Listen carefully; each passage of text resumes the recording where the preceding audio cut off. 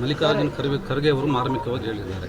ಹಿಂದೆ ತ್ಯಾಗ ಮಾಡೋ ಮನೋಭಾವ ಇತ್ತು ಕಾಂಗ್ರೆಸ್ನಲ್ಲಿ, ಅಂತಹ ಮನೋಭಾವ ಈಗ ಇಲ್ಲ ಇವಾಗಿನ ನಾಯಕರಲ್ಲಿ ಅನ್ನುವಂಥದ್ದು ಯಾವ ಅರ್ಥದಲ್ಲಿ ಹೇಳಿದರು ಏನು ಅಂತ? ಇಲ್ಲ, ನನಗೂ ಅರ್ಥ ಆಗಿಲ್ಲ. ನನಗೂ ಕೂಡ ಯಾವ ಅರ್ಥದಲ್ಲಿ ಹೇಳಿದ್ದಾರೋ ಅವ್ರಿಗೆ ಗೊತ್ತಿಲ್ಲ.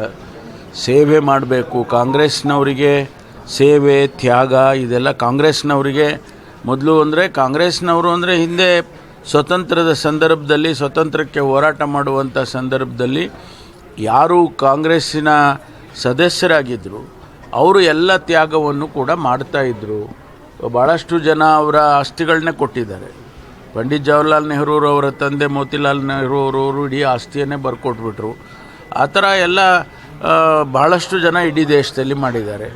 ಅಂಥ ತ್ಯಾಗಗಳು, ಬಲಿದಾನಗಳು ಆಮೇಲೆ ಇವೆಲ್ಲ ಕಡಿಮೆ ಆಗಿದ್ದಾವೆ ಆಧುನಿಕ ಸಮಾಜದಲ್ಲಿ ಅನ್ನೋ ಅರ್ಥದಲ್ಲಿ ಹೇಳಿದ್ದಾರೆ ಅಂದರೆ ನಾನು ಅರ್ಥ ಮಾಡ್ಕೊಂಡಿದ್ದೀನಿ. ಅಲ್ಲ, ಕಾಂಗ್ರೆಸ್ನಲ್ಲಿ ಆ ಥರ ಸಂಪ್ರದಾಯ ಕಡಿಮೆ ಆಗಿದೆ ಅನ್ನುವಂಥದ್ದು, ಅದೇ ಮನೋಭಾವ ಕಡಿಮೆ ಆಗಿದೆ ಅನ್ನುವಂಥದ್ದು. ಕಾಂಗ್ರೆಸ್ನಲ್ಲೇ ಅಲ್ಲ, ಇಡೀ ಸಮಾಜದಲ್ಲಿ ಹಾಗಾಗಿದೆ. ಕಾಂಗ್ರೆಸ್ನಲ್ಲೂ ಸ್ವಾಭಾವಿಕವಾಗಿ ಕಡಿಮೆ ಆಗಿದೆ.